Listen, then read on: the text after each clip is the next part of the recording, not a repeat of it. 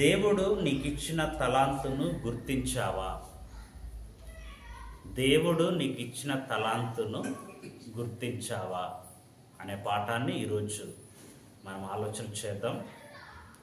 యేసుక్రీస్తుల వారు ఈ లోకములో శరీరధారిగా ఉన్న దినములలో ఆయన అనేకమైనటువంటి ఉపమానాలు చెబుతూ దేవుని గూర్చినటువంటి పరలోక రాజ్యాన్ని గూర్చినటువంటి మాటలు, దేవుని యొక్క సువార్తను ఆయన చెప్పినట్టుగా మనం సువార్తలలో చదువుకుంటాం. ఏ విషయం చెప్పాలనుకున్నా కూడా ఎక్కువగా ఉపమానాలు చెప్పేవాడు యేసుక్రీస్తు.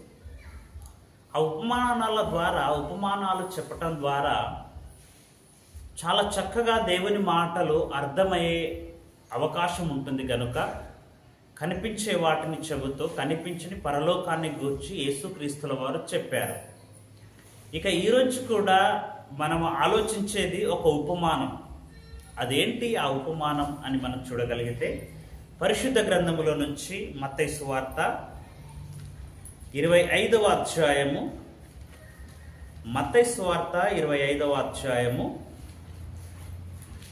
14వ వచనం నుంచి మనం చూడగలిగితే మత్తయి సువార్త 25వ అధ్యాయము 14వ వచనం నుంచి పరలోక రాజ్యము ఒక మనుష్యుడు దేశాంతరమునకు ప్రయాణమై తన దాసులను పిలిచి తన ఆస్తిని వారికి అప్పగించినట్లుండును అన్నాడు. ఇక్కడ ఒక విషయాన్ని చెప్తున్నాడు. పరలోక రాజ్యము ఎలా ఉన్నదట? ఒక మనుష్యుడు దేశాంతరమునకు ప్రయాణమైపోయి, అంటే విషయం ఏంటి అని అంటే ఇక్కడ పరలోక రాజ్యాన్ని గూర్చి చెప్పాలనుకుంటున్నాడు యేసుక్రీస్తు.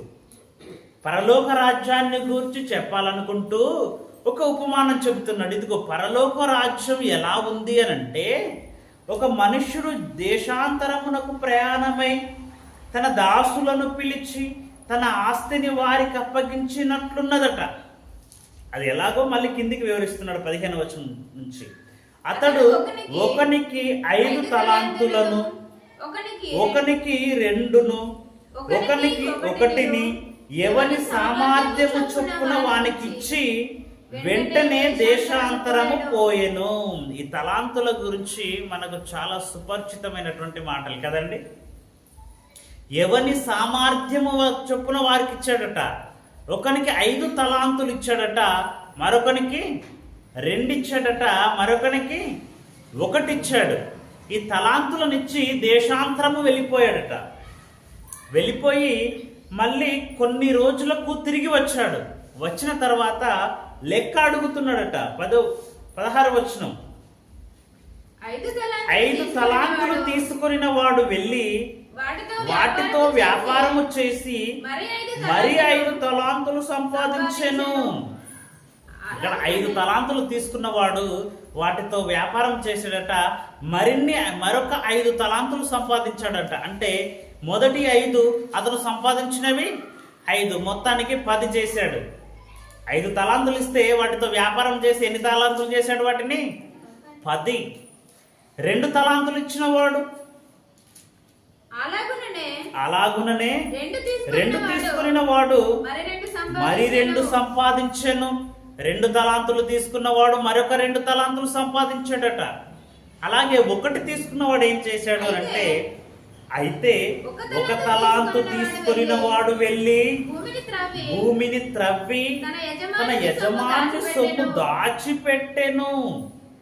1 తలాంతు తీసుకున్నవాడు ఏం చేశాడట? దీనితో వ్యాపారం చేయలేదు, దాన్ని తీసుకెళ్ళి దాచిపెట్టాడట. ఎక్కడ దాచిపెట్టాడు? భూమిని త్రవ్వి అందులో పెట్టాడట. యజమానుడు రాగానే ఆ 1ని 1గానే ఇచ్చాడు. 5 తీసుకున్నవాడు 5 సంపాదించాడు, 2 తీసుకున్నవాడు 2 సంపాదించాడు. కానీ 1 తీసుకున్నవాడు మాత్రం దానితో మరొకటి సంపాదించవలసింది పోయి దాన్ని భూమిలో త్రవ్వి పాతి పెట్టి మళ్ళీ యజమానుడు అడగగానే తిరిగి ఇచ్చేసాడట. అలా ఇస్తే ఏమన్నాడండి యేసుక్రీస్తు? ఇదంతా కూడా మీరు ఒక ఆలోచనతో వినాలి. ఎందుకంటే పరలోక రాజ్యం అన్నాడు కదా ప్రారంభంలో. పరలోక రాజ్యాన్ని గూర్చినటువంటి ఉపమానం ఇది. అందులో తలాంతులను పోల్చి చెబుతున్నాడు. పరలోక రాజ్యం వెళ్ళాలంటే ఇదిగో ఒక మనుషుడు దేశాంతరము పోయాడట. వెళుతుండగా తన దాసులను పిలిచాడట. ఒకనికి 5 తలాంతులు ఇచ్చాడు, ఒకనికి 2 తలాంతులు ఇచ్చాడు, ఒకనికి 1 ఇచ్చాడు. ఎవరిని సామర్థ్యము చొప్పున వానికి ఇచ్చాడు అని చెబుతూ, ఇక 1 ఇచ్చిన వాడు మాత్రం ఏమీ చేయకుండా దాన్ని భూమిలో పాతి పెట్టేసాడట. తలాంతు అంటే ఏంటండి? తలాంతు అని చెబుతున్నాడు ఇక్కడ. ఈ తలాంతు అంటే ఏంటి? ఈరోజు మనకు కూడా కొన్ని పనులు, మనకు ఏదైనా తలాంతు ఉందా? అప్పుడప్పుడు సేవకులు చెబుతుండగా మనం వింటాం. ఎవరైనా చక్కగా పాటలు పాడారనుకోండి, వారిని ఏమంటారు? దేవుడు తనకిచ్చిన తలాంతు అది అంటారు. అవునండి, నిజమే. మరి దేవుడు తనకిచ్చినటువంటి తలాంతును తను వాడుకుంటున్నాడు, చక్కగా ఉపయోగించుకుంటున్నాడు. ఎలాగైతే దేశాంతరము పోయినటువంటి మనుష్యుడు 5 తలాంతులు ఇస్తే మరి 5 సంపాదించాడు, అలాగే తనకిచ్చినటువంటి తలాంతును తను వాడుకుంటున్నాడు. కొందరు చక్కగా ప్రార్థన చేస్తారండి. అవును, వారికి చక్కగా ప్రార్థన చేయగలరు వాళ్ళు. కొందరు చక్కగా పనులు చేయగలరు. కొందరు చక్కగా వాక్యం చెప్పగలరు. అంటే వారికి ఇచ్చినటువంటి తలాంతును వారు చక్కగా వాడుకుంటున్నారు. ఈరోజు మరి ప్రతి క్రైస్తవుడు నాకంటూ ఒక తలాంతు ఉంది, నాకంటూ ఒకటి ఇచ్చాడు దేవుడు, అది ఏంటి అని గుర్తించగలుగుతున్నాడా? అది గుర్తించాలి. ఒకానొక సమయంలో మోషే గారిని మనం ఆలోచన చేస్తే ఆయన జీవిత విధానాన్ని, ఆయన పుట్టినప్పుడు 2 సంవత్సరాల లోపున్న మగపిల్లలందరినీ చంపడానికి ఆజ్ఞ ఇచ్చాడు ఫరో. ఇక ఆయన తల్లి చాలా చాకచక్యంగా తను 3 నెలలు కాపాడింది. ఒక జమ్ము పెట్టెలో ఉంచి సముద్రంలో పెట్టి కాపాడి ఫరో ఇంటనే పెరిగేటట్టుగా దేవుడు చేశాడు ఒక మోషేను. ఫరో ఇంట ఎంతకాలం బ్రతికాడు, ఎంతకాలం పెరిగాడు అని అంటే 40 సంవత్సరాలు ఉన్నాడు అక్కడ. ఐగుప్తులో పెరిగాడు. ఇక ఐగుప్తులో ఆయన సకల విద్యలను అభ్యసించాడట. మోషే గారంటే మామూలు వ్యక్తి కాదు. ఆయనకి ఇచ్చినటువంటి తలాంతులు నిజంగా అవి మామూలుగా ఉండవు. సకల విద్యలలో ప్రావీణ్యుడు, ఆయన చేయగలడు. అన్ని నేర్చుకున్నాడు ఈ 40 సంవత్సరాల్లో. కానీ ఒక విషయంలో ఆయన మిద్యాను దేశానికి పారిపోయాడు. ఇక మిద్యాను దేశానికి వెళ్ళిపోయిన తర్వాత ఆయన ఏమనుకున్నాడంటే, ఆయనకి ఇచ్చినటువంటి ఆ సకల విద్యలను మర్చిపోయి, ఇక ఆయనకి ఇచ్చినటువంటి తలాంతు, ఆయనకిచ్చే పనిని కూడా మర్చిపోయి అక్కడ పెళ్లి చేసుకున్నాడు. 2 పిల్లల్ని కన్నాడు. తన మామ గొర్రెల మంద ఉంటే దాన్ని కాచుకుంటూ తన జీవితాన్ని గడుపుతున్నాడు మోషే గారు. అలాంటి సమయంలో దేవదూత వచ్చేసి ఆయనకు తన పనిని గుర్తు చేసిందండి. ఆ సందర్భాన్ని ఒకసారి మనం చూద్దామా? నిర్గమకాండము 3వ అధ్యాయము. నిర్గమకాండము 3వ అధ్యాయము 4వ వచనం నుంచి మనం చూడగలిగితే, నిర్గమకాండము 3వ అధ్యాయం 4వ వచనం. దాన్ని చూచుటకు అతడు ఆ తట్టు వచ్చుట యెహోవా చూచెను. ఇక్కడ విషయం ఏంటంటే, ఒక పొద మండుచున్నదట, అగ్ని రగులుకున్నది, కానీ ఆ పొద కాలిపోవటం లేదట. ఆ పొద కాలిపోవటం లేదు, అగ్ని ఉంది కానీ కాలిపోవటం లేదు. ఏంటి వింత అని దాన్ని చూచుటకు మోషే గారు వచ్చారట. వస్తే యెహోవా దాన్ని చూచుటకు అతడు ఆ తట్టు వచ్చుట యెహోవా చూచెను. దేవుడు ఆ పొద నడివి నుండి మోషే మోషే అని అతనిని పిలిచెను. దేవుడు పిలుస్తున్నాడు మళ్ళీ, మోషే మోషే అని పిలుస్తూ, అందుకతడు ప్రభు చిత్తగించుము, చిత్తము ప్రభువా అనెను. అందుకైనా దగ్గరకు రాకు, నీ పాదముల నుండి నీ చెప్పులు విడుము, నీవు నిలిచి ఉన్న స్థలము పరిశుద్ధ ప్రదేశము అనెను. మరియు ఆయన, నేను నీ తండ్రి దేవుడను, అబ్రహాము దేవుడను, ఇస్సాకు దేవుడను, యాకోబు దేవుడను అని చెప్పగా మోషే తన ముఖమును కప్పుకొని దేవుని వైపు చూడ వెరచెను అన్నాడు. మోషే గారికి దేవుడు ప్రత్యక్షమై, దేవుడు మోషే మోషే అని పిలిచాడట. ఎందుకు పిలిచాడు? అసలు మోషే గారు భూమి మీద దేవుడు మోషే గారిని పుట్టించడానికి కారణం ఏంటి? అందరిలాగే జీవించి వెళ్ళిపోవడానికి కాదు. 400 సంవత్సరాల నుంచి ఐగుప్తు బానిసత్వంలో ఇశ్రాయేలీలు మగ్గుతున్నారు. వారు ఎంతో కష్టపడుతున్నారు, ఇబ్బంది పడుతున్నారు. వారు దేవునికి కన్నీళ్లతో మొరపెడుతున్నారు. ఆ మొరను దేవుడు విని మోషే గారిని పుట్టించాడు. మోషే గారిని దేవుడు పుట్టించితే మోషే గారు మరి తనకు వచ్చినటువంటి పని మీద ఉండకుండా తన మామ మందను మేపుకుంటూ మిద్యాను దేశంలో ఉన్నాడు గనక మళ్ళీ మోషే గారిని ప్రభు పిలుస్తున్నాడు. మోషే, నువ్వు వచ్చింది ఎందుకయ్యా? నువ్వు ఈ గొర్రెల్ని కాచుకోవడానికి కాదు. ఇప్పటికే 80 సంవత్సరాలు ఆయన వయస్సు. 40 సంవత్సరాలు పెరిగాడు ఐగుప్తులో, 40 సంవత్సరాలు మిద్యానులో ఉన్నాడు. ఆయన జీవిత కాలమంతా కూడా 120 సంవత్సరాలు, మిగిలినది 40 సంవత్సరాలు మాత్రమే.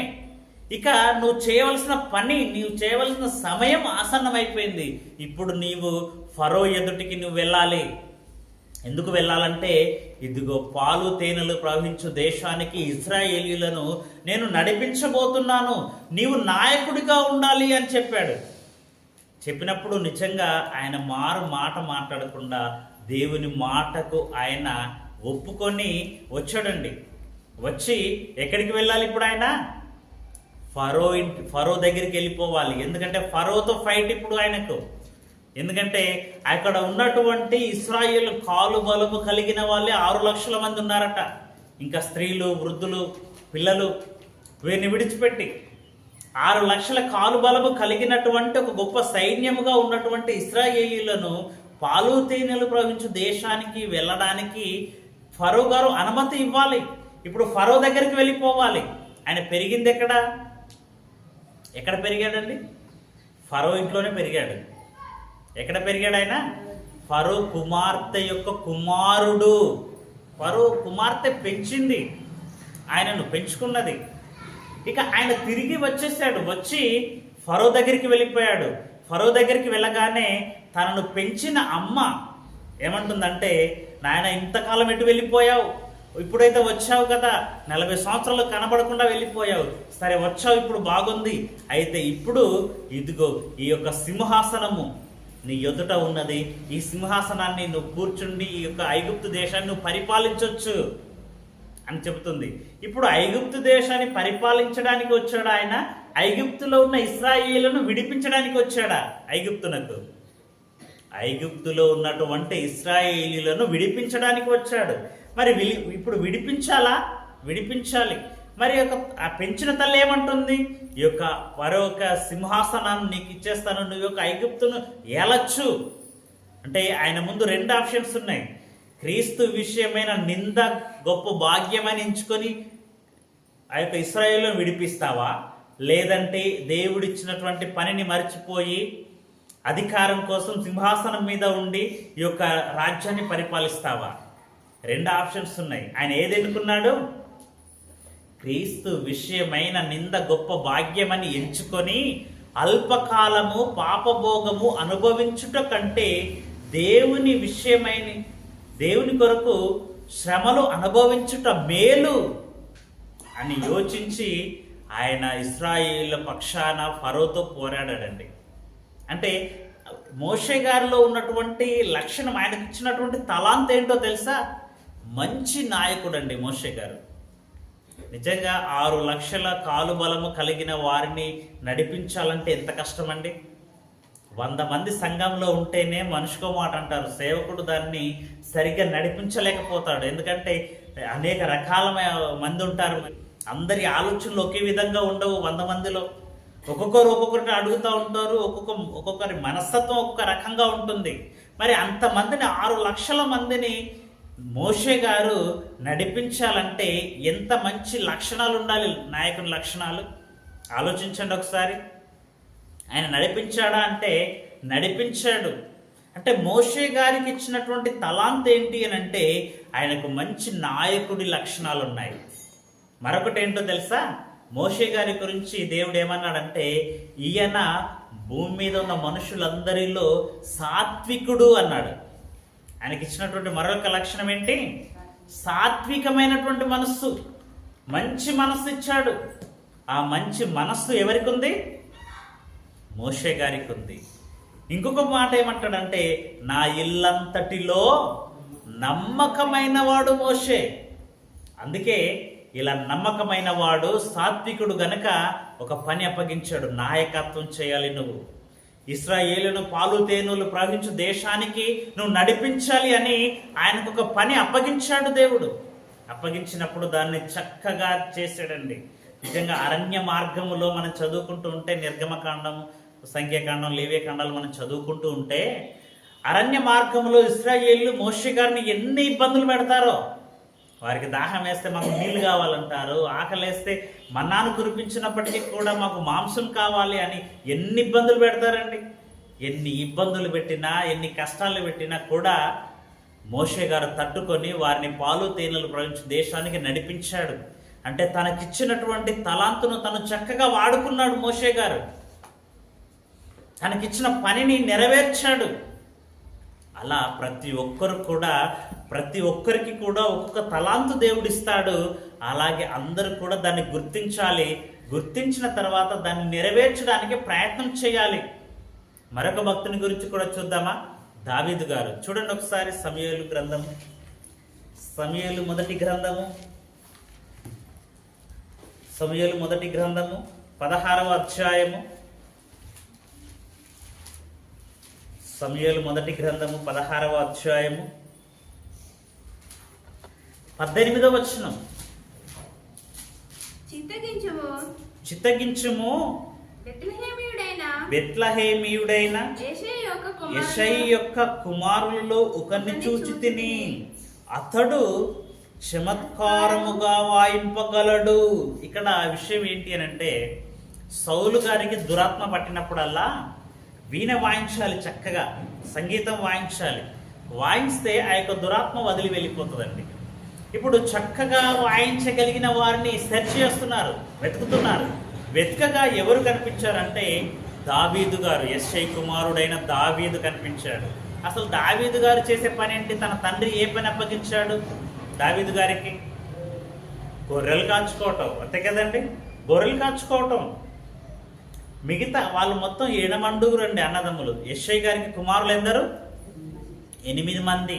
ఆ 8 మందిలో చివరివాడు ఎవరు అంటే దావీదు గారు. ఇక అన్నలందరూ కూడా వాళ్ళు సైన్యంలో పనిచేస్తూ ఉంటే, ఇక దావీదు గారిని గొర్రెలు కాచుకోవడానికి పంపించేవాడు యెషయి గారు. అలా ఆయన గొర్రెలు కాచుకునేవాడే, కానీ ఆయనలో ఎన్ని లక్షణాలు, ఎన్ని సుగుణాలు ఉన్నాయో చూడండి. కిందికి మనం చూడగలిగితే, అతడు బహుశూరుడును. ఎవరు అతడు అంటే? ఎవరు? దావీదు గారు. దావీదు గారట బహుశూరుడును, యుద్ధశాలియు, మాట నేర్పరియు, రూపసినయ్యున్నాడు, మరియు యెహోవా వానికి తోడుగానున్నాడనగా. నిజంగా దావీదు గారు ఆయనలో ఉన్నటువంటి లక్షణాలు చూడండి. ఆయన ఎలాంటి వాడట? బహుశూరుడు, యుద్ధం చేయగలడు, యుద్ధం ఎలా చేయాలో తెలుసు. అలాగే యుద్ధశాలి, మాట నేర్పరి, చక్కగా మాట్లాడేవాడు, అనర్గళంగా మాట్లాడతాడు. ఇంకా రూపసినై ఉన్నాడట, చక్కని అందగాడు, ఎర్రగా మంచిగా ఉంటాడట.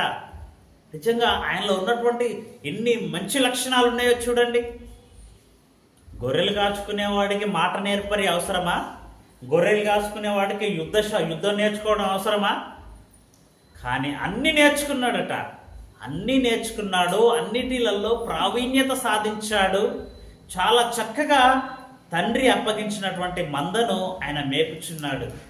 ఆయన మేపుతున్నటువంటి, గొర్రెలు కాచుకున్నటువంటి రోజుల్లో ఒకానొక రోజు తన తండ్రి యెషయి గారు పిలిచారు.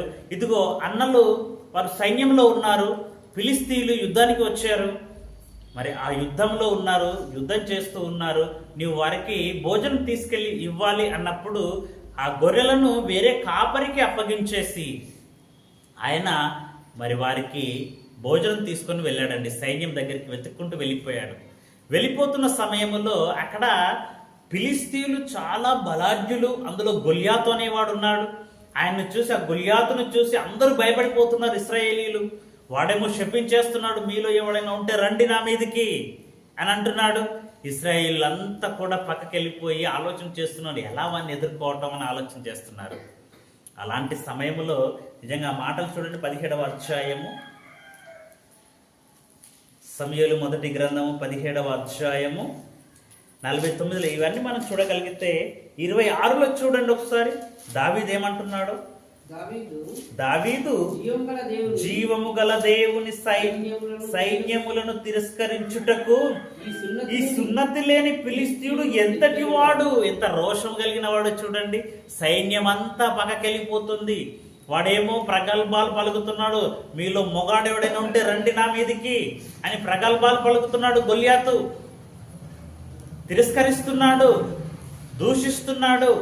అప్పుడు రోషం వచ్చేసిందండి. అసలు ఎవరు జీవము గల దేవుని సైన్యాన్ని తిరస్కరించుటకు ఎంతటి వాడు ఈ ఫిలిష్తీయుడు అని అన్నాడు. ఆయనకు అవసరమా అండి అసలు ఆ విషయాలన్నీ అవసరమా? ఇప్పుడు ఆయన పనేంటి? తండ్రి తనకు అప్పగించినటువంటి పనేంటి? అన్నాళ్ళ దగ్గరికి వెళ్ళాలి, వాళ్ళ క్షేమ సమాచారం తీసుకొని వచ్చి తండ్రికి తెలియచేయాలి. కానీ అక్కడ ఉన్నటువంటి పరిస్థితుల మీద ఆయన ఆలోచన చేశాడు. అందరూ వెనక తీసినప్పుడు ఆయన చెప్పాడు, ఇదిగో నేను వెళ్తాను వాని మీదకి, నేను వెళ్తాను, నేను జయిస్తాను అని అన్నాడు. అలాగన్నప్పుడు సౌలు రాజుగా ఉన్నాడండి. అప్పుడు ఆయన ఏమన్నాడు తెలుసా? అసలు నువ్వు ఎలా చేయగలవు? అసలు నీకు యుద్ధం చేయటం తెలుసా? నువ్వు అసలే గొర్రెలు కాచుకునే వాడివి.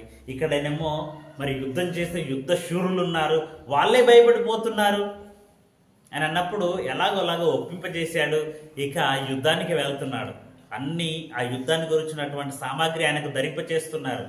ధరింపజేసినప్పుడు ఇవన్నీ నాకు వద్దు, ఇవి నాకు వాడుకలో లేవు, నాకేది వద్దు, నాకు ఒడిసెల ఉంటే చాలు, 2 రాళ్ళు ఉంటే చాలు అనుకున్నాడు. సరే అని వదిలిపెట్టేశాడు. వెళ్ళాడు. వాడికి ఎదురుగా వెళుతున్నప్పుడు వాడు ఏమంటున్నాడు తెలుసా?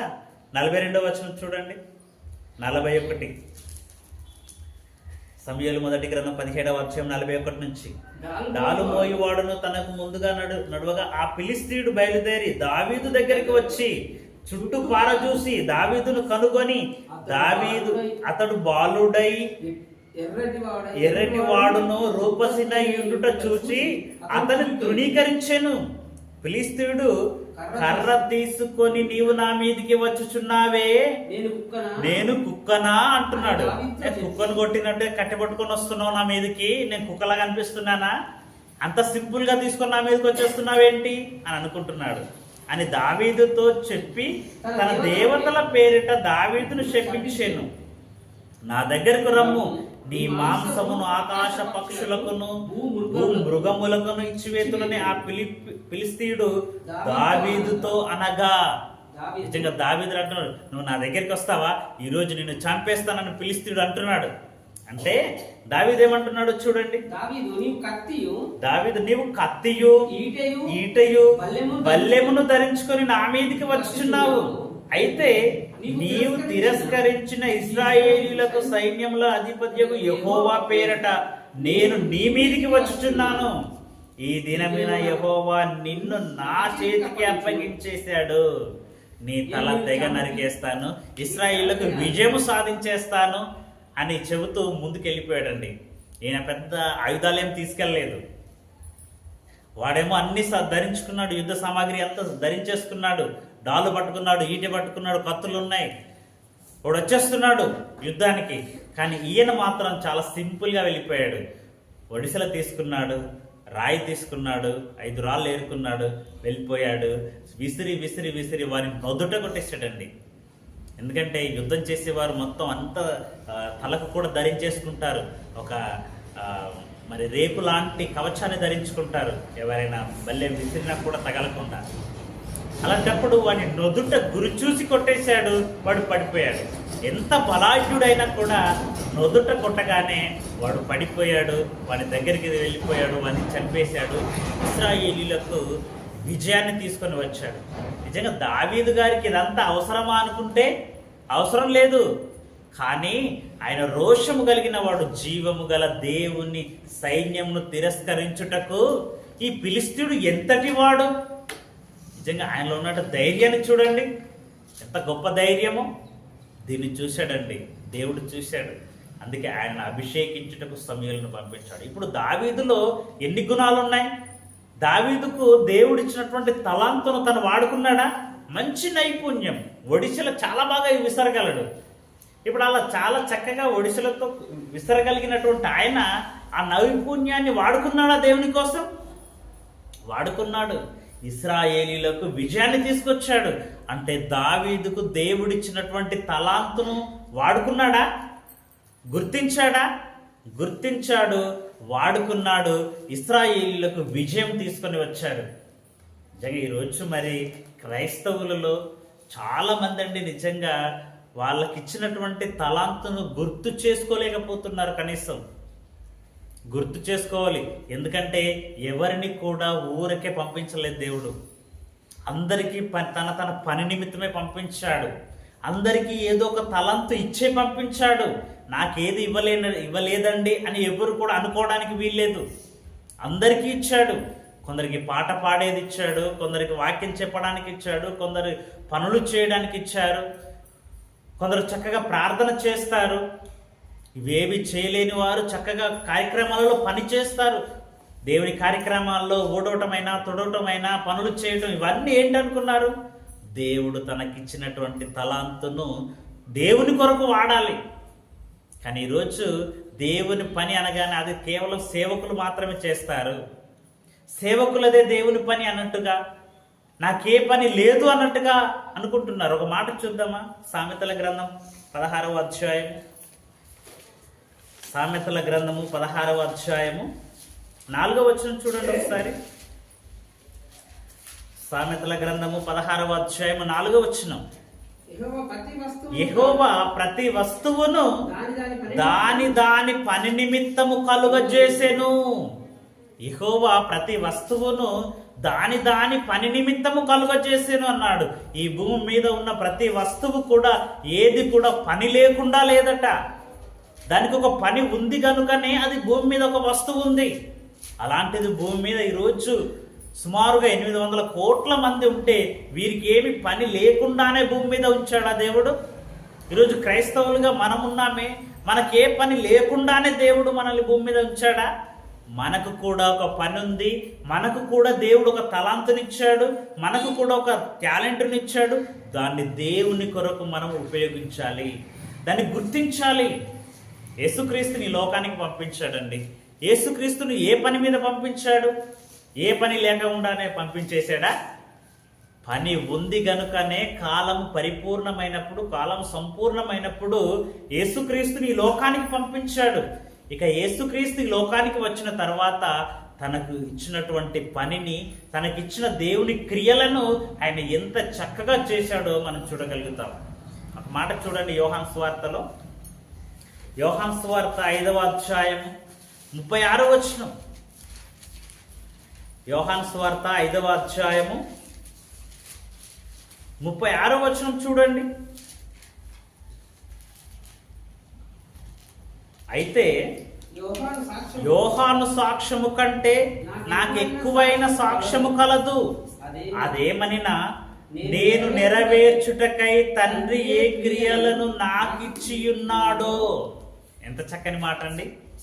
నాకు ఒక సాక్ష్యం ఉంది అన్నాడు. అదేంటయ్యా ఆ సాక్ష్యం అని అంటే, నేను నెరవేర్చుటకై తండ్రి ఏ క్రియలు నాకిచ్చి ఉన్నాడో. అంటే యేసుక్రీస్తు నెరవేర్చవలసినటువంటి క్రియలు భూమి మీద ఉన్నాయి కనుక యేసుక్రీస్తుల వారు శరీరధారిగా ఈ లోకానికి వచ్చాడు. ఆయన చేయవలసిన పని ఉంది అన్నాడు. నేను చేయుచున్న క్రియలే తండ్రి నన్ను పంపియున్నాడని నన్ను గూర్చి సాక్ష్యం ఇచ్చుచున్నవి. అంటే యేసుక్రీస్తుల వారి లోకానికి వచ్చింది ఎందుకయ్యా అని అంటే, ఇదిగో ఆయన నెరవేర్చవలసినటువంటి క్రియలు ఉన్నాయి. మరి ఈరోజు భూమి మీదకి వచ్చినటువంటి ప్రతి మనిషి ఊరికనే వచ్చేసాడా? తను నెరవేర్చవలసినటువంటి పనులు ఏమైనా ఉన్నాయా? తను చేయవలసినటువంటి క్రియలు ఏమైనా ఉన్నాయా? అవి ఉంటే ఒకసారి వాటిని గుర్తిస్తున్నావా?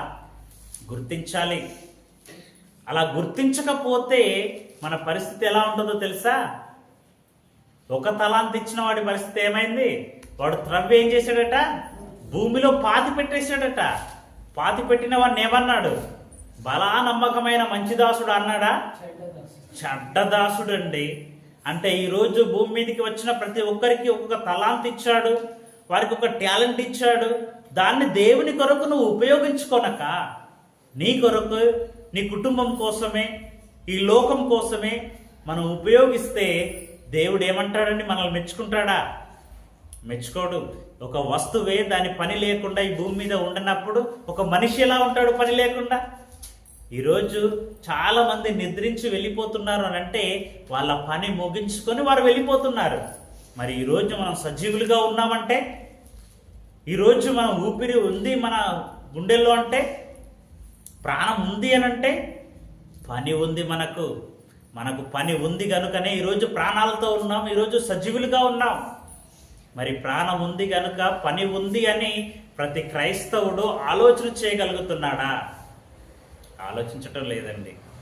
ఆ తర్వాత యేసుక్రీస్తు వెళ్ళిపోయిన తర్వాత మొదటి శతాబ్దములో సంఘం ఏర్పడుతున్న సమయములో యేసుక్రీస్తుకు శిష్యులుగా ఉన్నటువంటి అందులో ఒక పేతురు మనం చూస్తాం. పేతురులో ఉన్న టాలెంట్ ఏంటో తెలుసా? యేసుక్రీస్తుల వారి దగ్గరికి ఆయన రాకముందు ఆయన పరిస్థితి ఏంటి? ఆయన ఒక జాలరి అంటే చేపలు పట్టేవాడు. సముద్రములో చేపలు పట్టుకుంటూ తన జీవితాన్ని గడిపేవాడు. కానీ ఆయనను యేసుక్రీస్తుల వారు పిలిచి నిన్ను మనుష్యులను పట్టే జాలరులనుగా చేస్తాను అన్నాడు. ఏమన్నాడు? మనుషులను పట్టే జాలరులుగా చేస్తానన్నాడు. ఆయన పిలిచాడు, దేవుని జ్ఞానాన్ని నేర్పించిన తరువాత వారు దేవుని పని నిజంగా ప్రారంభించారండి. యేసుక్రీస్తుల వారు వెళ్ళిపోయిన తరువాత ఆయన మరి పెంతెకోస్తు అనే పండగ దినమున పరిశుద్ధాత్మను పొందుకొని ఆ రోజు ప్రసంగం చేస్తున్నాడండి. నిజంగా అది ఎంత వండర్ఫుల్ మెసేజ్ పేతురు గారు చేస్తున్నది. చూడండి ఒకసారి అపోస్తుల కార్యములు 2వ అధ్యాయం, అపోస్తుల కార్యములు 2వ అధ్యాయం 37వ వచనం చూడండి. 14వ వచనం నుంచి స్టార్ట్ అవుతుందండి ఆయన ప్రసంగం. 14వ వచనం నుంచి చూడండి. ఆ 14వ వచనం మనం చూడగలిగితే, అయితే పేతురు 11 కూడా లేచి నిలిచి బిగ్గరగా వారితో ఇట్లా, నేను యూదయ మనుషులారా, యెరూషలేములో కాపురమున్న సమస్త జనులారా, ఇది మీకు తెలియనుగాక. స్టార్ట్ చేసేటండి ప్రసంగం స్టార్ట్ చేస్తే ఎలా ఉందో తెలుసా? నిజంగా హృదయములో గుచ్చుకున్నాయంట మాటలు. ఎంత చక్కగా వ్రాయబడి ఉందండి. 37వ వచనం చూడండి. వారి మాట విని హృదయములో నొచ్చుకొని, సహోదరులారా మేమేమి చేద్దామని పేతురును కడమ అపోస్తులను అడుగగా, పేతురు గారు మాట్లాడుతుంటే ఆ మాటలు వారి హృదయంలో గుచ్చుకున్నాయట, నొచ్చుకున్నారట. ఈరోజు నిజంగా ప్రసంగం చేస్తే హృదయంలో నొచ్చుకుంటున్నారా? హృదయాన్ని తాకుతున్నాయా? పేతురు గారు ప్రసంగం చేస్తే హృదయాన్ని కదిలించేస్తున్నాయంట దేవుని మాటలు. హృదయాన్ని తాకుతున్నాయట. అలాంటి ప్రసంగం చేశాడ పేతురు గారు అని అంటే అవునండి, అలాంటి ప్రసంగాన్ని చేశాడు. అంటే పేతురులో ఉన్నటువంటి తలాంత ఏంటో తెలుసా? ఆయన చక్కగా ప్రసంగించగలడు. ఆయన చక్కగా వాక్యాన్ని వివరించి చెప్పగలడు. ఆయన మాటలు చెబితే దేవుని మాట హృదయాన్ని తట్టుతుంది. హృదయములో నొచ్చుకునేటట్టుగా ఆయన మాట్లాడతాడు. హృదయాన్ని కదిలించేస్తూ ఉంది. అలాంటి తలాంతును పేతురు గారికి ఇచ్చాడు. మరి ఆయన వాడుకున్నాడా? నేనండి నేను జాలరిని, నేను చేపలు పట్టేవాడిని, నాతో ఏడవుతుంది. యేసుక్రీస్తుల వారు వెళ్ళిపోయిన తర్వాత మళ్ళీ సముద్రానికి వెళ్ళి చేపలు పట్టుకున్నాడు ఆయన? లేదండి. ఆయన చక్కగా పరిశుద్ధాత్మను పొందుకున్న తర్వాత ఆయన వాక్యం చెబితే, ఆయన ప్రసంగం చేస్తే ఒకేసారి ఇంచుమించు 3000 మంది చేర్చబడ్డారట. ఎంతమంది మారారు ఆయన ప్రసంగానికి? 3000 మంది చేర్చబడ్డారు, బాప్తిసం తీసుకున్నారు. ఆ తర్వాత స్టార్ట్ అయిపోయిందండి సంఘం. పేతురు ద్వారా సంఘం ప్రారంభించారు.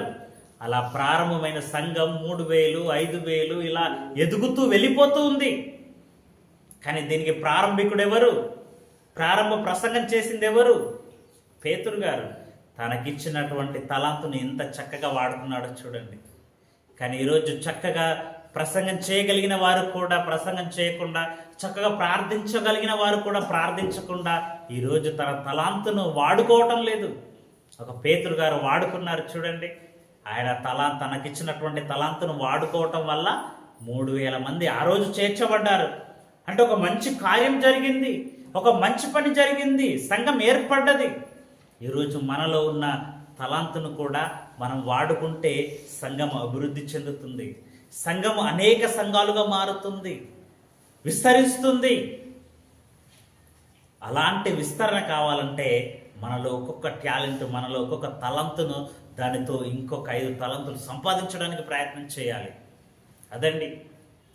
అయితే అక్కడ మనం ఒక మాట గమనించారు మీరు, ఎవని సామర్థ్యము చొప్పున వానికి ఇచ్చాను. తలంతులు అన్న కాడ చూశారు కదా, గమనించారా? ఎవని సామర్థ్యం చొప్పున వానికి ఇచ్చాను అన్నాడు. అందరికీ ఒక్కంతను ఇచ్చాడా? అందరికి 5 తలాంతులు ఇచ్చాడా? ఇవ్వలేదు. ఒకరికి 5 ఇచ్చారు, ఒకడికి 2 ఇచ్చాడు, ఒకడికి 1 ఇచ్చాడు. అంటే అందరికి సమానంగా ఇవ్వట్లేదా? ఇవ్వటం లేదు. అందుకే సంఘంలో కూడానండి, అందరూ సమానంగా అందరూ ప్రసంగం చేసేవారే ఉంటారా? అందరూ పాటలు పాడేవారే ఉంటారా? అందరూ ప్రార్థన చేసేవారు ఉంటారా? అంటే తన సామర్థ్యము చొప్పున దేవుడు ఇస్తున్నాడు. మంచి స్వరం ఉందనుకోండి, వారికి చక్కగా పాటలు పాడే తలంతండి. మంచి స్వరంతో ఏం చేయాలి? దేవునికి పాటలు పాడి స్తుతించాలండి. చక్కగా ప్రార్థన చేసే జ్ఞానం ఉంటే చక్కగా ప్రార్థన చేయాలి. చక్కగా పనులు చేయాలి. కొందరు చక్కగా వాయిద్యాలు వాయించగలరు, పాటలకు వాయిద్యాలు వాయించాలి. తనకిచ్చిన తలాంత్ అది. అలా ప్రతి ఒక్కటి కూడా మనము దేవుని కొరకు వాడబడాలి. ఇక కొరింథీలో ఒక జంట ఉందండి. కొరింథీలో వారు ఏం చేసేవారు తెలుసా? ఒకసారి చూడండి. అపోస్తల కార్యములు 18వ అధ్యాయం ప్రారంభం నుంచి. పౌలు గారు కొరింథీకి వెళ్ళినప్పుడు అక్కడ 2 దంపతులు ఉన్నారండి, అకుల, ప్రిస్కిల్లా అనేవారు. నిజంగా వీరు చాలా మంచివారండి. ఎందుకంటే వాళ్ళు వృత్తికి డేరాలు కుట్టుకునేవారు అయినప్పటికీ కూడా దేవుని జ్ఞానము తెలిసిన వారు. దైవ సేవకుడిగా పౌలు గారు వెళితే అతన్ని చేర్చుకున్నారు. అక్కడ సంఘము విస్తరించడానికి, అక్కడ దేవుని సువార్త ప్రకటింపబడడానికి వీరు కారకులు. ఎందుకంటే అక్కడ సేవకుని సేరదీర్చారు, ఆదరించారు. చూడండి ఒకసారి ప్రారంభం నుంచి. అటు తర్వాత పౌలు ఏథెన్సు నుండి బయలుదేరి కొరింథునకు వచ్చి పొంతు వంశీయుడైన అకుల అను ఒక యూదుని, అతని భార్య అయిన ప్రిస్కిల్లాను కనుగొని వారి యొద్దకు వెళ్ళెను. వారు కొరింథులో ఉన్నారట. నిజంగా వీరు చాలా జ్ఞానవంతులు, చాలా ఓపిక ఉంది వీరికి. సుమారుగా ఎంతకాలం ఉన్నాడండి అక్కడ పౌలు గారు? సుమారుగా 2 సంవత్సరాలు ఉంటాడండి అక్కడ. 2 సంవత్సరాలు ఉంటే అక్కడ చక్కగా మరి పౌలు గారిని సేరదీర్చారు. పౌలు గారు సువార్త ప్రకటిస్తుంటే సహాయం చేశారు. అంతేకాకుండా చక్కగా జ్ఞానం నేర్చుకున్నారు వాళ్ళు. ఆ కొరింథీ సంఘానికి అపోల్లో అనే అతను వస్తాడు ప్రసంగం చేయడానికి. కానీ ఈ అపోల్లోకు ఆయన విద్వాంసుడు, కానీ యోహాను బాప్తీసం మాత్రమే తెలుసు ఆయనకు. క్రీస్తును గూర్చినటువంటి సంపూర్ణ సందేశం ఆయనకు తెలియదు, కానీ బోధిస్తున్నాడు. అలాంటి అతన్ని చేరదీసి ఇంటికి తీసుకెళ్ళి ఆతిథ్యం ఇచ్చి సంపూర్ణంగా దేవుని జ్ఞానం బోధించారట. 25వ వచనం చూడండి, 24 నుంచి 18వ అధ్యాయం అపోస్తల కార్యములు. 25వ వచనం. అతడు ప్రభు మార్గము విషయమై, అపోల్లో అనేట అతను ప్రభు మార్గం విషయమై ఉపదేశము పొంది తన ఆత్మయందు తీవ్రపడి యోహాను బాప్తీసు మాత్రమే తెలుసుకుని వాడైనను యేసును గూర్చిన సంగతులను వివరముగా చెప్పి బోధించుచు సమాజ మందిరములలో ధైర్యంగా మాట్లాడారంభించాడట. యేసుక్రీస్తు గురించి ప్రకటిస్తున్నాడు, బోధిస్తున్నాడు. కానీ యోహాను బాప్తీసు మాత్రమే తెలుసుకున్నాడు, ఇంకా సంపూర్ణంగా తెలుసుకోలేదట. అది గమనించినటువంటి ఈ అకుల ప్రిస్కిల్లా విని, 26వ వచనం, ప్రిస్కిల్లా అకులయు విని అతన్ని చేర్చుకొని దేవుని మార్గము మరి పూర్తిగా అతనికి విశదపరిచిరి. ఏం చేశారట? ఒక బోధకుడిగా ఉన్న ఆయనకు దేవుని మార్గాన్ని పూర్తిగా విశదపరిచారు, తెలియజేశారు. అంటే ఈ దంపతులు దేవుని జ్ఞానం నేర్చుకున్న వారిగా, ఒక సేవకుడికే దేవుని మాటలు చెప్పి ప్రోత్సహించిన వారిగా ఉన్నారు. అతడు తర్వాత అకయకు పోవదలిచినప్పుడు అతను చేర్చుకొనవలెనని సహోదరులను ప్రోత్సాహపరచుచు అక్కడి శిష్యులకు వ్రాసి ఇచ్చారట. ఇక్కడ కొంతకాలం ఉన్నాడు, దేవుని మాటలు చెప్పాడు, నేను అకయకు వెళ్తానంటే అక్కడ ఉన్నటువంటి సహోదరులకు ఇదిగో అపోల్లో అనే అతను దైవదాసుడు వస్తున్నాడు, అతన్ని చేర్చుకొనండి అని వ్రాసి పంపించారట. నిజంగా ఎంత మంచి దంపతులండి వీరు. ఒక సేవకుడికే దేవుని జ్ఞానాన్ని పూర్తిగా విషదపరిచినటువంటి దంపతులు. వారికి ఇచ్చిన తలాంతును ఎలా వాడుకున్నారో చూడండి. కానీ వారు వృత్తికి ఏం చేసేవారు? డేరాలు కుట్టుకునేవారు. అయినప్పటికీ కూడా దేవుని జ్ఞానాన్ని విషదపరిచారు, నేర్చుకున్నారు. ఎంత గొప్పవారండి. ఇక పౌలు గారు కూడానండి. పౌలు గారు ఆయనకు ఇచ్చినటువంటి తలాంతును ఆయన ఎంత చక్కగా వాడుకున్నాడో తెలుసా? అనేక సంఘాలు కట్టాడు, 3 సువార్త ప్రయాణాలు చేశాడు. అందులో ఎన్ని ఇబ్బందులు వచ్చినా, ఎన్ని కష్టాలు వచ్చినా ధైర్యంతో మాట్లాడాడు. ఎన్ని కష్టాలు అనుభవించాడు, శ్రమలు అనుభవించాడు. కానీ యేసును మాత్రం వదిలిపెట్టలేదండి. ఆయనకిచ్చినటువంటి టాలెంట్, ఆయనకిచ్చిన తలాంతు చూడండి. వాదించి ఒప్పించి మెప్పించాడు. జ్ఞాని ఏమయ్యాను, ఈ లోకపు తర్కవాది ఏమయ్యాను అని శాసించాడు. ఎవరు కూడా ఆయన ఎదుటికి రాలేకపోయారు. ఆయనకున్నటువంటి జ్ఞానాన్ని అంతా ఉపయోగించి దేవుని మాటలు చెప్పాడు. ఇలా భక్తుల జీవితాలను మనం చూస్తూ ఉంటే అందరూ తన జీవితాల్లో తనకిచ్చినటువంటి తలాంతును చక్కగా వాడుకున్నారు, దేవుని మహిమపరిచారు, వెళ్ళిపోయారు. కానీ ఈరోజు క్రైస్తవులుగా మనం ఉన్నాం కదా, మనం ఏం చేయాలి? మనకు కూడా దేవుడిచ్చిన తలాంతును మనం వాడుకోవాలిగా. ఒకవేళ వాడుకోకపోతే పరిస్థితి ఏంటి?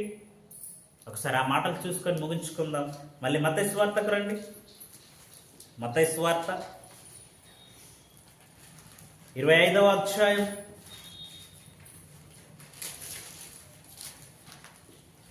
మత్తయి సువార్త 25వ అధ్యాయం 14 నుంచి.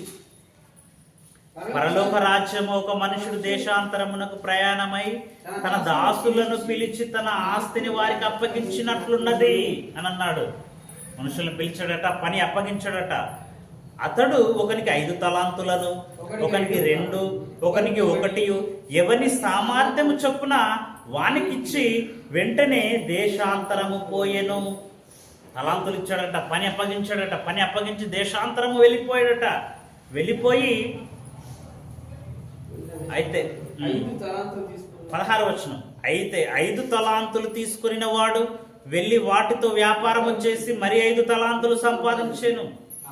అలాగుననే 2 తీసుకున్న వాడు మరి 2 సంపాదించాను. అయితే 1 తలాంతు తీసుకున్న వాడు వెళ్ళి భూమి త్రవ్వి తన యజమాని సొమ్ము దాచిపెట్టాడట. బహుకాలమైన తరువాత ఆ దాసుల యజమానుడు వచ్చి వారి యొక్క లెక్క చూసుకున్నాడు. తలాంతులు ఇచ్చాడు, తలాంతులు ఇచ్చి దేశాంతరం వెళ్ళిపోయాడు. బహుకాలమైన తర్వాత వచ్చాడట యజమానుడు. బహుకాలమైన తర్వాత వచ్చి లెక్క చూచుకున్నాడట. అప్పుడు లెక్క చూచుకుంటే అప్పుడు 5 తలాంతులు తీసుకున్న వాడు మరి 5 తలాంతులు తెచ్చి, అయ్యా నీవు నాకు 5 తలాంతులను అప్పగించితివే, అవియుగాక మరి 5 తలాంతులు సంపాదించి తిననెను.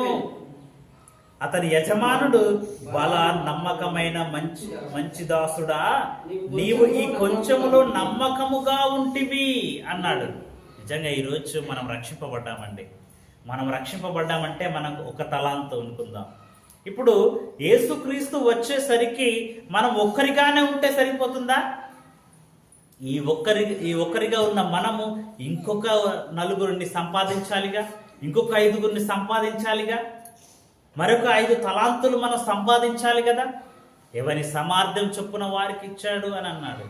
ఇదిగో మనం ఫలిస్తూ అభివృద్ధి పొందుతూ మనం అనేకులకు దేవుని మాటలు చెబుతూ మరిన్ని ఆత్మలను మనం సంపాదించాలి. అది దేవుడు మనకి ఇచ్చినటువంటి తలాంతు.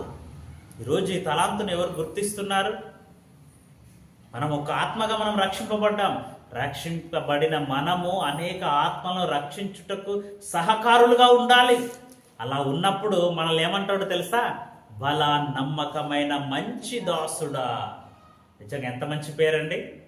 ఇదిగో నువ్వు ఒక్కడిగా వచ్చావు, ఇదిగో 4 ఆత్మలు లేదా 5 ఆత్మలు సంపాదించావు, నువ్వు మంచి దాసుడవు అని అంటూ ఇంకా కిందికి ఏమంటున్నాడో తెలుసా? నీవు అనేకమైన వాటి మీద నిన్ను నియమించదను. ఏమంటున్నాడు? అనేకమైన అధికారాలు ఇస్తాడట పరలోకం వెళ్ళిన తర్వాత. ఇదిగో ఇక్కడ మనం దేవుని కొరకు కష్టపడి దేవుని కొరకు అనేక ఆత్మలను మనం రక్షిస్తే, మనం సంపాదిస్తే పరలోకంలో మనకు ఉన్నతమైన స్థానాన్ని దేవుడు ఇస్తానంటున్నాడు. ఇంకా కిందికి చూడండి, నీ యజమానుని సంతోషంలో పాలు పొందుమని చెప్పాను. 22వ వచనం. అలాగే 2 తలాంతులు తీసుకునే వాడు వచ్చి, అయ్యా నీవు నాకు 2 తలాంతులు ఇచ్చితివే అనియు అవియుగాక మరియు 2 తలాంతులు సంపాదించుతినని చెప్పాను. అతని యజమానుడు, బల నమ్మకమైన మంచి దాసుడా, నీవు ఈ కొంచెంలో నమ్మకముగా ఉంటివి, నిన్ను అనేకమైన వాటి మీద నియమించదను, నీ యజమానుని సంతోషంలో పాలు పొందుమని అతనితో చెప్పాను. 5 ఇచ్చినవాడు 5 సంపాదించాడు, 2 ఇచ్చినవాడు 2 సంపాదించాడు, ఇక 1 ఇచ్చిన వాడి దగ్గరికి వచ్చేసాడు. ఏంటయ్యా అంటున్నాడు. తర్వాత 1 తలాంతు తీసుకుని వాడు వచ్చి, అయ్యా నీవు విత్తని చోట కోయువాడవును, చల్లని చోట పంట కూర్చుకున్న వాడవైన కఠినుడవని నేను ఎరుగుదును. ఏమంటున్నాడు చూడండి, మళ్ళీ ఎంత లాజిక్ మాట్లాడుతున్నాడో చూడండి. 1 తలాంతు ఇచ్చినవాడు, వాడు సంపాదించలేదు, ఒకటికొకటి సంపాదించలేదు. సంపాదించకపోగా ఏమంటున్నాడంటే, నీవు ఎలాంటి వాడివో నాకు తెలుసు, నీవు ఎలాంటి వాడివంటే విత్తని చోట కోయి వాడవు. విత్తని చోట అంటే విత్తనం ఎక్కడైతే మనం విత్తుతామో అక్కడే పంట కోస్తాం, అవునా కదండి? విత్తనం విత్తి కొంతకాలమైన తర్వాత పంట కోస్తాం. కానీ నువ్వు కఠినుడవయ్యా, నువ్వు అలాంటి వాడి కాదు, నువ్వు పంట విత్తకుండానే, విత్తనాన్ని విత్తకుండానే పంట కోయి వాడవు అంటున్నాడు. ఇదేంటి, ఎలా మాట్లాడుతున్నాడు? ఎంత దురుసుగా, ఒక యజమానితో మాట్లాడే మాటలా ఇవి. నువ్వు విత్తని చోట కోయి వాడవు, చల్లని చోట పంట కూర్చుకుని వాడవైన కఠినుడవని నేను ఎరుగుదును గనుక నేను భయపడి వెళ్ళి నీ తలాంతును భూమిలో దాచిపెట్టి తిని, ఇదిగో నీది నీవు తీసుకొనుమని చెప్పాను. నీది నీకు అప్పగిస్తున్నాను, నీ లొల్లొద్దు నాకు, ఈ రిస్క్ వద్దు నాకు అంటున్నాడు. నేను ఒకటి సంపాదించటం వద్దు, తీసుకోవటం వద్దు, ఇదిగో నీవు ఇచ్చావు కదా, నీది నువ్వు తీసుకో అనేస్తున్నాడు. ఏంటే నీకు ఇచ్చింది ఎందుకు? నాది నాకు తీసుకోవడానిక? దానితో వ్యాపారం చేసి ఇంకోటి సంపాదించడానికి కదా. ఈరోజు మనం కూడా అండి భూమి మీదకి వచ్చాం, ఒక ఆత్మను ధరించుకొని వచ్చాం కదా. నేనైతే బ్రతికానయ్యా, నేనైతే బాగా ఉన్నానయ్యా, ఇదిగో నీ ఆత్మ నీకు అప్పగించేస్తున్నాను ఉంచుకో అంటే ఎలా ఉంటుందండి? మరి నీకు ఆత్మనిచ్చింది ఎందుకు, ఆకారాన్ని ఇచ్చింది ఎందుకు? తల్లి గర్భములో 9 మాసాలు నీకు ఆకారాన్ని ఇచ్చింది, చెవులు, ముక్కు, కాళ్ళు, చేతులు నీకు ఎందుకు ఇచ్చానయ్యా? ఏ పని లేకుండా ఇచ్చేసానా? 60-70 సంవత్సరాలు భూమి మీద ఉంటే నీకు గాలి, నీరు, ఆహారం ఎందుకు ఇచ్చాను? నేను ఊరికే ఇచ్చానా? ఇప్పుడు నీ ఆత్మ నువ్వు ఉంచుకో అంటావా? నువ్వు పని చేయడానికి ఇచ్చాను, నీకు కొంతకాలం నియమించాను, సూర్యుని ఉదయింపజేశాను, వర్షాన్ని కురిపించాను, పంటను పండించాను, నీకు ఆహారం ఇచ్చాను, నీ కొరకు ఎంతో కష్టపడి సృష్టిని చేశాను. ఈ సృష్టిని చేసి ఈ సృష్టిలో నిన్ను పెట్టి నువ్వు పని చేయమని అంటే పని చేయకుండా నీ తలంతు నువ్వు తీసుకో అంటావా? దానికి శిక్ష ఏంటో తెలుసా? శిక్షిస్తానంటున్నాడు. నీది నువ్వు ఉంచుకో అని అన్నా కూడా తప్పేనా? మరి తప్పే అవుతుంది, ఎందుకంటే దాంతో పని చేయాలి నువ్వు. ఈరోజు మనకు శరీరాన్ని ఇచ్చాడు, ప్రాణాన్ని ఇచ్చాడు, సమయాన్ని ఇచ్చాడు, ఆయుష్కాలాన్ని ఇచ్చాడు, మనకు ఒక మంచి జ్ఞానాన్ని కూడా ఇచ్చాడు. దాన్ని ఉపయోగించుకోనకపోతే తప్పు పోతుందట. నీది నువ్వు ఉంచుకో అంటే సరిపోదు. ఏమంటున్నాడో చూడండి 26వ వచనంలో. అందుకు అతని యజమాని వాడిని చూచి, సోమరివైన చెడ్డ దాసుడా. ఈడేటువంటి వాడు సోమరి, వీడికి అన్ని ఇచ్చాడు, తలాంతనిచ్చాడు, కాళ్ళు, చేతులు, ఆహారం అన్నీ ఇచ్చాడు. కానీ వీడు ఏం చేయడు? బద్ధకస్తుడు, పని చేయడు. వీడు చక్కగా పాడగలిగి పాడలేడు, పని చేయగలిగి చేయలేడు, వాక్యం చెప్పగలిగి చెప్పలేడు, బద్ధకస్తుడు, సోమరి అంటున్నాడు. సోమరివైన చెడ్డదాసుడా, నేను విత్తని చోట కోయువాడను, చల్లని చోట పంట కూర్చుకొని వాడనని నీవు ఎరుగుదువా? నీకు తెలుసా? నేను విత్తని చోట కోయివాడనా, నేను చల్లని చోట పంట కూర్చుకుని వాడను, నీకు తెలుసా అసలు నా గురించి అని అడుగుతున్నాడు. నీకు తెలుసా అని అడిగితే, అట్లయితే ఏం చేయాలో తెలుసు. ఒకవేళ నేను కఠినుడనని నువ్వు అనుకున్నావు అనుకో, అయితే ఏం చేయాలి? నువ్వు నా తలాంతును తీసుకెళ్ళి ఏం చేయాలి? నా సొమ్ము సాహుకారుల యొద్ద ఉంచవలసి ఉండేను, నేను వచ్చి వడ్డీతో కూడా నా సొమ్ము తీసుకుందునే అని చెప్పాడు. ఇదిగో నేను పంట చల్లని చోట కూర్చుకొని వాడని నేను కఠినుడు అని నువ్వు అంటున్నావు కదా, అయితే ఈ సొమ్ముని, నా సొమ్ముని తీసుకెళ్ళి ఒక సావుకారి యొద్ద పెట్టనుంటివి నువ్వు, నేను వడ్డీతో సహా తీసుకుంది నేను వచ్చిన తర్వాత అని అంటున్నాడు. ఈ సావుకారు అంటే ఎవరు మరి? వడ్డీతో సహా ఎలా తీసుకుంటాడు ఆలోచించండి. నీకేమీ తెలియదా? నువ్వు దేవుని పని చేయడానికి నీకు అసలు ఏమి జ్ఞానం లేదా? అయితే నువ్వు సంఘానికి రావాలి. ఈ సంఘంలో నీకు నేర్పించబడతాయి. సంఘానికి వచ్చిన తర్వాత ఆ ఆత్మ గురించి సమాధానం ఎవరు చెప్పాలి? సేవకుడే చెప్పాలి. ఇదిగో పలానా వ్యక్తి వచ్చారు, నడిపించాను నేను, ఆయనకు నువ్వు జ్ఞానం చెప్పావా? నువ్వు దేవుని జ్ఞానం నేర్పించావా? దేవుని పనిలో పెంచావా? ఎవరిని అడుగుతాడు? సాహుకారుల యుద్ధ ఉంచనుంటివి నేను వచ్చి తీసుకెళ్దును అని అంటాడు కదా. అంటే నువ్వు సంఘములోనికి వస్తే, ఒక సేవకుని కింద నువ్వు ఉంటే, నేను సేవకుని అడిగేవాడిని నువ్వు పని ఎందుకు చేయలేదని. కానీ నువ్వు సంఘానికి వెళ్ళలేదు, ఆ సొమ్ము సాహుకారుల యుద్ధ పెట్టలేదు, భూమిలో పాతి పెట్టావా నీకు ఇచ్చిన తలాంతు. అయితే నువ్వు ఎలాంటి దాసుడు తెలుసా? చెడ్డ దాసుడా అంటున్నాడు. ఇలాంటి పేరు మనకు అవసరమా అండి? మనల్ని దేవుడు ఏమని మెచ్చుకోవాలి? బల నమ్మకమైన మంచి దాసుడా, నువ్వు నమ్మకంగా ఉన్నవయ్యా అనాలి. నీకు ఇచ్చిన తలాంతు నువ్వు వాడుకున్నవయ్యా. ఒక మోషే గారు తనకిచ్చిన తలాంతును వాడుకున్నాడు. ఇశ్రాయేలును పాలు తేనెలు ప్రవహించి దేశానికి నడిపించాడు. ఒక దావీదు యుద్ధశాలి, శూరుడు, నేర్పరి, మాట నేర్పరి. ఆయన తనకున్నటువంటి జ్ఞానాన్ని ఉపయోగించి ఇశ్రాయేలుకు మరి విజయాన్ని తీసుకొచ్చాడు. అది మెచ్చిన దేవుడు ఆయన ఇశ్రాయేలు మీద రాజుగా నియమించాడు. 40 సంవత్సరాలు పరిపాలించాడండి. ప్రతి విషయంలో దావీదును గుర్తు చేస్తాడు. ఇదిగో నువ్వు నా సేవకుడైన దావీదు వల్ల చేయాలి అని అంటాడు. ఎందుకు గుర్తు చేసుకుంటున్నాడు? నిజంగా దావీదు ఎలాంటి వాడో తెలుసా? దేవునికి ఇష్టమైన మనుషుడట, దేవుని ఇష్టానుసారుడట. అలాంటి ఇష్టానుసారుడు, నమ్మకమైన వాడు గనక పని అప్పగిస్తే నమ్మకంగా చేశాడు, నిద్రించి తన యుద్ధకు వెళ్ళిపోయాడు.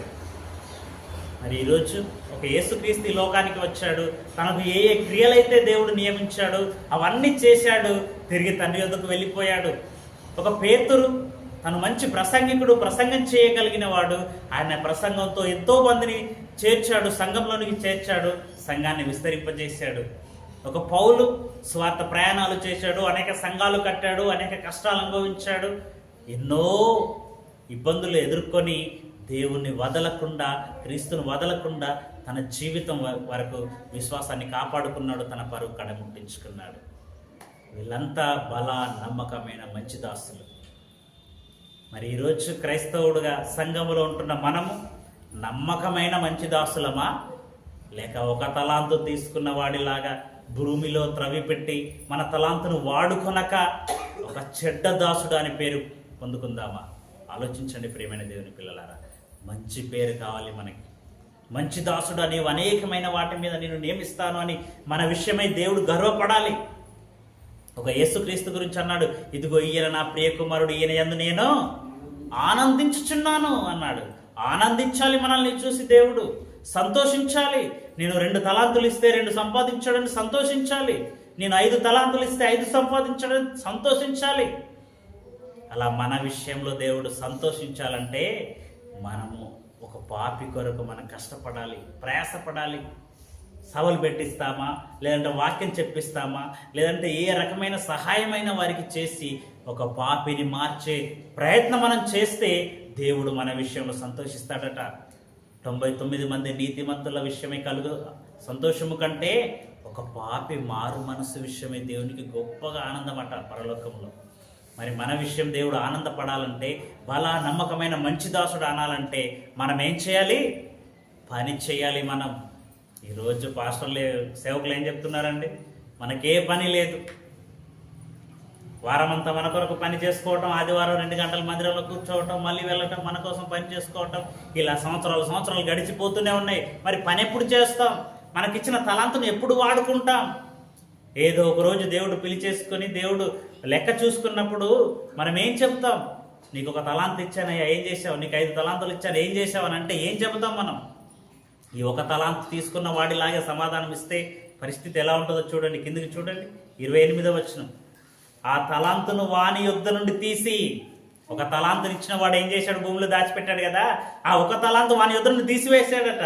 ఇక నీకు వద్దు, ఎందుకంటే నువ్వు దీంతో ఏమి చేయలేవు, నువ్వు ఉపయోగించుకోలేవు, అసలు నువ్వు జ్ఞానివి కాదు, నువ్వు సోమరోడివి అని చెబుతూ ఆ తలాంతును వాని యొద్ద నుండి తీసివేసి 10 తలాంతులు గల వానికి ఇయ్యుడి, కలిగిన ప్రతి వానికి ఇయ్యబడును, అతనికి సమృద్ధిగా కలుగును, లేని వాని యొద్ద నుండి వానికి కలిగినదియు తీసివేయబడును, మరియు పనికి మాలిన ఆ దాసుని వెలుపటి చీకటిలోనికి త్రోసివేయుడి, అక్కడ ఏడుపును పండ్లు కొరుకుటయును ఉండును. అబ్బా, ఎంత ప్రమాదం పొంచి ఉందండి! పని చేయకపోతే ఏడ్చుకుంటూ పండ్లు కొరుక్కుంటూ ఆ చీకటిలోనికి వెళ్ళిపోతామట. అంటే నరకానికి వెళ్ళిపోతాం. పని చెయ్యాలి అంటున్నాడు. దేవుడు అప్పగించిన పనిని చేయాలి. దేవుడు అప్పగించిన పని అంటే అందరు బోధ చేయటమేనా? అందరు పాటలు పాడటమేనా? ఎవరి సామర్థ్యం కొలది వారికి ఇచ్చాడు. నువ్వు ఏది చేయగలుగుతావు, నువ్వు ఏ పని చేయగలుగుతావు దేవుని సువార్త కార్యక్రమాల కోసం? పౌలు గారితో పాటు స్త్రీలు కూడా పనిచేశారటండి సువార్త పనులు. ఫిలిప్పీలకు రాసిన పత్రిక చూడండి. ఫిలిప్పీలకు రాసిన పత్రిక 4వ అధ్యాయం 3వ వచనం చూడండి ఒకసారి. స్త్రీలని లేదు, పురుషులని లేదు, అందరూ కూడా సువార్త పనిలో సహకారులుగా ఉన్నారు. ఫిలిప్పీలకు రాసిన పత్రిక 4వ అధ్యాయం 3వ వచనం. అవును, నిజమైన సహకారి. ఆ స్త్రీలు క్లెమెంతుతోనూ నా ఇతర సహకారులతోనూ సువార్త పనిలో నాతో కూడా ప్రయాసపడిన వారు గనుక. ఏమంటున్నారంటే ఆ స్త్రీలు ఏం చేశారట? సువార్త పనిలో సహాయకరంగా ఉన్నారట. సహాయపడిన వారు గనుక వారికి సహాయము చేయమని నిన్ను వేడుకొనుచున్నాను. ఆ సహకారుల పేర్లు జీవ గ్రంథమందు వ్రాయబడి ఉన్నవి. సువార్త పనిలో నువ్వు సహకారిగా ఉంటే చాలు, నీకు పరలోకం. సువార్త కార్యక్రమాల్లో నువ్వు పాల్గొంటే నీకు పరలోకం. స్త్రీలకుంది పని, పురుషులకుంది, పిల్లలకుంది, పెద్దలకుంది, అందరికీ ఉందండి క్రీస్తుల పని. ఎవరి సామర్థ్యం చొప్పున వారు చేయాలి, ఎవరి సామర్థ్యం చొప్పున వారు సహాయం చేయాలి. అలా చేయగలిగినప్పుడే పరలోకం దేవుడిస్తాడు. బలా నమ్మకమైన మంచి దాసుడు అంటాడు. మరి అలాంటి మంచి పేరు మనం పొందుకోవాలంటే మనకిచ్చిన తలాంతును మనం వాడుకొని దేవుణ్ణి మహిమపరిచి మన పనిని నెరవేర్చి పరలోకం చేరుకోవాలి. ఈ కొద్ది మాటలు దేవుడు దీవించుగాక. ప్రార్థించుకుందాం. పరిశుద్ధుడా, మా ప్రియ పరలోకపు తండ్రి, ఇప్పటి వరకు నాయన పరలోక రాజ్యము దేశాంతరము పోయి ఒక మనుష్యుని పోయి ఉంది. ఒకనికి 5 తలాంతులు, 2 తలాంతులు, 1 తలాంతు. ప్రభువా, 5 ఇచ్చినవాడు 5 సంపాదించాడు, 2 తీసుకున్నవాడు 2 సంపాదించాడు. కానీ 1 ఇచ్చినవాడు పనికి మాలిన వాడైపోయి, సోమరి వాడైపోయి, 1 తీసుకున్నవాడు భూమిలో పాతి పెట్టేశాడు. ప్రభువా, ఈరోజు మాకు కూడా తండ్రి మీరు తలాంతులను ఇచ్చారు. వాటిని ప్రభువా చక్కగా వాడుకొని వాటితో మరొక 5 సంపాదించి, వాటితో మరొక 2 సంపాదించి మీరు మెచ్చుకునే నమ్మకమైన దాసుడుగా, మంచి దాసులుగా మేము ఉండుటకు ప్రభు మీరు సహాయం చేయండి. ప్రభు, 1 తలాంతు ఇచ్చిన వాడిలాగా మేము ఉండకుండా మా తలాంతును వాడుకొని పరలోకానికి చేరుకునే వాక్యాన్ని ప్రభు మాకు దయచేయమని యేసు పరిశుద్ధ నామముని ప్రార్థన సమర్పిస్తున్నాము తండ్రి. ఆమేన్.